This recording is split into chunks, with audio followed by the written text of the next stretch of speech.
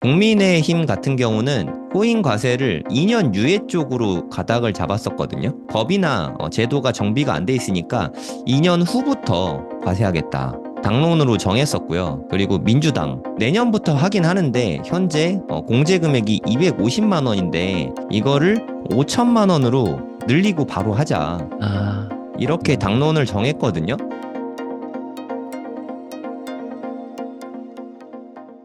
아, 이게 세 달에 16만 9천 원 맞아요, 웅달님? 네, 맞습니다. 3개월 다 해서 어, 이렇게 4개 강의에 16만 9천 원. 아닙니다. 요거에 한 곱하기 3.5 정도는 준비가 되어 있습니다. 그리고 어마어마한 분들이 강의를 하십니다. 이렇게 네. 다 해서 16만 9천 원인 거죠? 네, 맞습니다. 지금 와, 강의 진짜 숫자로 치면 한 대박이네. 12강 정도가 되는 것 같아요. 그렇죠. 한 12강에 16만 15,000원 9천 정도 원. 되는 거죠, 한 강의? 그니까요. 그러니까 15,000원이면 네, 음. 보통 대학생 과외도 한 5만 원 하는 것 같은데 이런 게 진짜 진정한 혜자인 것 같아요. 네. 요즘에 되게 많은 질문 나오는 것 중에 하나가 코인 과세 이야기거든요. 사실 이제까지 대한민국에서 코인 과세를 한 적이 단 한 번도 없거든요. 네, 벌써 네. 우리나라에도 본격적으로 이제 코인 거래 이루어지고 한 게 10년이 넘었잖아요. 그럼에도 불구하고 한 번도 과세를 한 적이 없는데 그게 내년부터 이대로 아무 일도 일어나지 않으면 내년부터 우린 과세 당하는 겁니다. 지금 아마 비트코인에 투자하신 분들은 90% 이상이 수익권이라고 하니까 대부분은 과세를 관심 가질 수밖에 없다고 생각을 해요. 그러니까 작년부터 당론으로 나온 거에 의하면 국민의힘 같은 경우는 코인 과세를 2년 유예 쪽으로 가닥을 잡았었거든요. 2년 동안은 과세 안 하고 아직 법이나 제도가 정비가 안 돼 있으니까 2년 후부터, 그러니까 2027년부터죠. 27년부터 과세하겠다. 이렇게 당론으로 정했었고요. 그리고 더불어민주당에서는 내년부터 하긴 하는데 현재 공제 금액이 250만 원인데 이거를 5천만 원으로 늘리고 바로 하자. 아, 이렇게 당론을 정했거든요. 근데 저는 1번이라도 크게 불만이 없을 것 같고 음, 2번이라도 그래도 뭐 그냥 나쁘지 않을 것 같은데 진짜 문제는 이렇게 하자 저렇게 하자 괜찮네 괜찮네 근데 결국엔 아무 논의가 없어요. 아, 이렇게 해서 아무 말도 서로 없잖아요. 그러면 자연스럽게 25년부터 하게 되고 공제 금액은 꼴랑 250만 원이 끝이거든요. 야, 이렇게 하고 내년부터 시행이 되는 거예요. 이게 좀 열받는 거죠. 아니, 이렇게 한다며. 아니, 이렇게 한다더니 둘 다 이런 말이 없는 거죠. 지금 현 야, 상태에서는. 이게 좀 되게 어이가 없잖아요. 그리고 뭐 금투세 문제도 있는데 차라리 금투세랑 코인을 엮어주면 같은 카테고리에서 다뤄주면 오히려 이득이 있을 것 같은데 지금 코인 과세는 기타 소득이에요. 기타 소득. 음, 공제 금액 없이 이렇게 나오면은 기타 소득의 무서운 점이 뭐냐면 여기에서 그럼 만약 소득이 나왔다. 그럼 여기 세금 내죠. 네, 그럼 종합소득세에서 또 내는 거예요. 야, 종소세에서. 너무 열받죠. 우리 종합세도 내잖아요. 우린 다 개인 사업자들이니까. 네, 그러면 나중에 여기서 여기 22% 내고 여기에서 그럼 또 합산돼갖고 또 내는 거야. 이거 진짜 와, 정말 열받잖아요. 네, 아니 돈 많이 벌면 내는 건 괜찮다 이거야. 내는 것까지 뭐라 할 수 없죠. 우리 대한민국 국민은 당연히 세금을 내야지. 하지만 코인 과세를 그냥 이대로 냅둬서 이따위 그냥 누가 세웠는지 모르겠어요. 이 법안을 누가 발의했는지 모르겠는데 이런 말도 안 되는 쓰레기 법안 그대로 가는 건 좀 막았으면 좋겠는데 국회에서 새로 이제 바뀌었잖아요. 되게 네, 또 어이가 없는 게 21대 국회에서 우리 같은 코인 유튜버나 사람들이 막 얘기해가지고 뭐 청원하는 거 있잖아요. 국회 청원에서 5만 명 넘으면 뭐 답변을 내겠다 뭐 이런 거 있잖아요. 5만 명이 넘었어요. 21대 국회에서. 아, 이제 됐다 했는데 아무 짓도 안 하고 있으니까 국회에서 팽팽 놀고만 있잖아요. 그래서 22대 국회가 되니까 이때 이건 지난번에 한 거라고 또 폐기됐대. 그래서 제가 폐기돼요. 지금 다시 서명운동 다시 하고 있거든요. 이게 진짜 너무 어처구니가 없어요. 그래서 지금 모으고 있는데 한 10,000명이나 됐으려나? 이거 제가 더보기와 고정 댓글에 넣어드릴 테니까 또 청원 참여해 주시면 좋을 것 같고요. 이대로 유야무야 넘어가면 이런 진짜 가장 최악의 허접한 법대로 과세가 되게 되거든요. 이것만은 우리가 좀 힘을 합쳐서 막아야 되지 않을까 이런 생각이 좀 듭니다. 이번에는 진짜 뭔가 좀, 사실 이게 예전부터 말 나오고 유예 했는데, 이번엔 뭔가 진짜 하려고 준비하는 느낌이 들거든요. 네. 아까 말했던 그 가상자산 보호법도 그렇고, 이런 과세 준비도 실무자를 소집해서 한다는 것도 그렇고, 또 최근에 세수가 많이 부족하잖아요. 네. 부동산 거래가 많이 줄고 이러면서. 그러니까 음, 진짜 저거를 한다는 느낌을 조금씩 받고 있어서 어떻게든 좀 우리 힘을 합쳐서 음, 막아야 되지 않을까 생각이 드네요, 정말. 그러니까 제가 느끼기에는 법이나 제도 시스템이 진짜 1도 준비가 안 됐거든요. 네. 만약에 이 그렇긴 하죠. 상태에서 네. 실행을 하게 되면 그러면 내가 내년부터 내가 대체 번 이득이 얼만지를 내가 막 계산을 해야 돼요. 지금 네. 이 체계 안에서는. 그게 말이 되냐고요. 현업 바빠 죽겠네. 우리가 무슨 세무사야? 그걸 다 어떻게 계산해? 그치. 그리고 혹시나 그리고 내가 잘못 계산하면 다 본인 네. 책임이거든요. 네. 내가 잘못한 거니까 그러면 음, 가산세를 더 두드려 맞을 수도 있고 아니 거래소에서 이걸 자동으로 계산을 해준다던가 이 시스템이 마련이 돼야 되잖아. 네. 그런 거 1도 없거든요. 네. 그 상태에서 맞아요. 갑자기 이걸 과세하는 거 자체가 그냥 누가 봐도 아직 준비가 하나도 안 됐거든요. 일단 뭐 제가 바라는 거는 2년 유예는 일단 필수인 것 같아요. 이거 꼭 해야 된다고 음. 생각하고 그럼 2년 유예돼서 27년부터 과세를 하되 좀 공제 금액은 5천만 원 정도로 좀 여유를 두고 했으면 좋겠어요. 음. 250만 원이면 솔직히 너무 거의 안 해주는 거잖아요. 네. 250만 원이면 1년에 250만 원이니까 한 그쵸. 달에 그죠. 20만 원밖에 안 되거든요. 이건 진짜 너무 말도 안 되는 금액이고 어, 좀 이걸 좀 키워야 된다고 생각을 하고요. 그러니까 이거를 둘 다 아니 민주당은 본인들이 이렇게 하자고 얘기해 놓고는 아무 말도 없어요. 진짜 아무 말도 없거든요. 이거를 좀 강력하게 주장해서 했으면 좋겠고, 국민의힘도 아직 우리가 정비가 덜 됐다. 그래서 2년 일단 유예하고, 나머지 기간 동안, 2년 동안 거래소를 압박해서 시스템을 마련하도록 한 다음부터 시작하자. 이게 음. 합리적인 정책이잖아요. 현실적인 정책이고. 그쵸. 그쵸. 갑자기 뭐 이제 벌써 올해 2024년도 반이 지나간 시점에서 6개월 뒤부터 바로 시작한다는 게 이렇게 말이 됩니까? 가능합니까? 실현 가능한가요? 좀 아, 적당한 수준으로 해야 되지 않나. 저는 네. 이런 생각이 좀 듭니다. 아니, 부동산 관련 정책들은 그렇게 음, 뚝딱뚝딱 막 둔촌 구하기 같은 정책들도 잘 나오고 하면서 네. 이게 그러니까 저 국회의원들도 그러니까 코인을 하는 사람들이 많이 없으니까 이런 거에 대해서 약간 무관심한 것 같아요. 네네. 그리고 코인 투자하는 사람 자체가 수가 좀 적잖아요. 네. 네. 네, 특히나 좀 정치인들이 표를 먹고 사는 사람들이기 때문에 표가 적은 것 때문에 이런 좀 관심이 없죠. 어떻게 보면은 이거 한다고 표가 음, 얼마나 오겠어. 한 뭐 그런 게 첫 번째 문제이지 않나. 근데 불합리한 게 있으면 좀 고쳐야죠. 예, 당론으로 총선하기 전에는 막 이런 공약할 거야, 이런 공약할 거야 했어요. 막 이야기를 하다가 열심히 했는데. 총선이 끝나고 나니까 진짜 이런 방구도 없거든요. 그냥 음, 제가 진짜 뉴스를 거의 맨날 찾듯이 찾아보는데 아무런 뉴스가 없어요. 아무도 신경 쓰지 않고 있다는 거죠. 그나마 부동산은 그래도 전 국민이 관심 갖고 있는 분야니까 민주당의 고민정 의원이 먼저 종부세 이야기를 어, 꺼내드렸잖아요. 그것도 네. 국민의힘이 아니라는 것도 좀 되게 특이한 경우기도 저도 한데 네. 네, 어찌됐든 뭔가 몰랐어요. 하고 있는 거죠, 부동산 쪽에는. 근데 코인 쪽은 진짜 아무것도 안 하고 있습니다. 그나마 주식 쪽은 금투세 얘기라도 좀 활발히 오가고 있잖아요. 저는 얘기라도 하고 음. 있는 게 너무 부럽더라고요. 아, 물론 저도 음, 주식 투자하지만 코인 쪽은 진짜 아무런 얘기도 없다는 게 음, 일부 괘씸하기도 하고 진짜 이러고 있다가 내년부터 250만 원 공제 받고 바로 과세 시작. 이러면 좀 화가 날 것 같아, 네. 개인적으로는. 음. 진짜 이게 저거, 그 얘기를 좀 해보면 좋을 것 같아요. 그게 뭐, 저렇게 27년부터 과세하고, 뭐, 좋은 방향으로 하면 좋지만, 진짜 최악의 경우는 저렇게 될 수도 있잖아요. 그죠? 그쵸? 그럼 그렇게 됐을 때 어떻게 하면 좋을지 얘기하면 좋을 것 같은데요. 저거, 그럼 돈을 못 찾네. 그죠? 할 수 있는 방법이 어떻게, 없죠. 뭐 우리는 그래서 네. 어떻게 하면 좋을지. 그래도 대책을 마련해야 되니까. 만약에 저걸, 이렇게 되면, 네, 이건 진짜 정말 뭔가 대응을 하기가 되게 어려운 게, 그러면 1년에 매도를 네. 분할 매도하면서 세금을 좀 절세하는 게 보통이거든요. 근데 근데 분할매도 250만 250만 원이면 거의 원인데. 없는 거거든요. 5천만 그러니까 원이라도 좀, 되면 그런 전략이라도 좀 짜는데, 한 달에 예. 20만 원이라니까? 이거 뭐, 그러니까 제 생각에는 오히려 팁을 드리면, 만약에 네. 진짜 저렇게 되면, 차라리 테더로 좀 가지고 있으면서 현금화를 하지 않고, 음, 그 테더를 카드로 만들 수 있거든요. 그래서 음. 차라리 그런 식으로 우회해서 쓰는 게 낫지 않을까. 그러니까 소비를 테더로 쓰는 거죠. 그게 좀 음. 절세 방안이지 않을까. 이게 무슨 카드인데요? 그런 카드들이 많이 있긴 해요.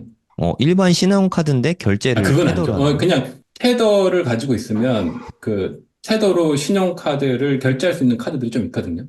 우리나라 대금이 카드는 테더로 아니죠. 나가요? 우리나라 건 아니죠. 예, 외국 건데 거기에 테더를 넣어놓으면 우리나라에서 결제를 할 수 있어요. 그러니까 스타벅스 가서 만약에 결제를 하면 내가 가진 테더에서 수수료 차감하고 빠지는데 수수료가 약간 있긴 한데 실제 만약에 저게 되면 그 세금보단 그게 저렴할까 제 그러니까 생각에. 비자나 마스터 약간 요런 네, 건가요? 비자는 마스터예요. 마스터인데 종류가 아무튼 꽤 있어요. 뭔가 그- 비용 처리가 예, 되긴. 예. 그래서 그거를 그렇게 해버리면 이제 약간 이제 절세 같은 꿀팁 같은 거긴 한데. 그러니까 소비로 근데 쓴 거니까. 이것도 너무 알려지면 안 돼. 그럼 또 그것도 막아버릴 거야. 아, 진짜 그걸 어떻게 국세청이 막지? 정말 그 무서운 카드를 게, 막아버리나? 카드를 막아버릴 수 있겠다. 그런 카드를. 어떻게 막지? 네, 아니 아무튼, 네. 그것까지도 테더 보유량 자체도 그걸 하고 그 카드를 쓰는지 안 쓰는지도 증빙하라고 아마 할 거예요. 진짜 이게 국세청이 정말 무서운 곳인 게, 어차피 결제를 하면 결제한 내역이 내가 남으니까. 그쵸. 진짜 얘네들이 정말 무서운 게, 뭐 예를 들어서 예전에 바늘구멍 같은 부동산 네. 쪽에 좀 네. 틈새 시장들이 있었어요. 예를 들어 대출이 한 2018년 뭐 이때 막 다 막혔단 말이에요. 대출이 네. 다 막히니까 사람들이 법인을 만들어서 법인 사업자 대출로 받으면 거기 대출이 나오니까 그걸로 사람들이 또 음, 부동산 투자를 했거든요.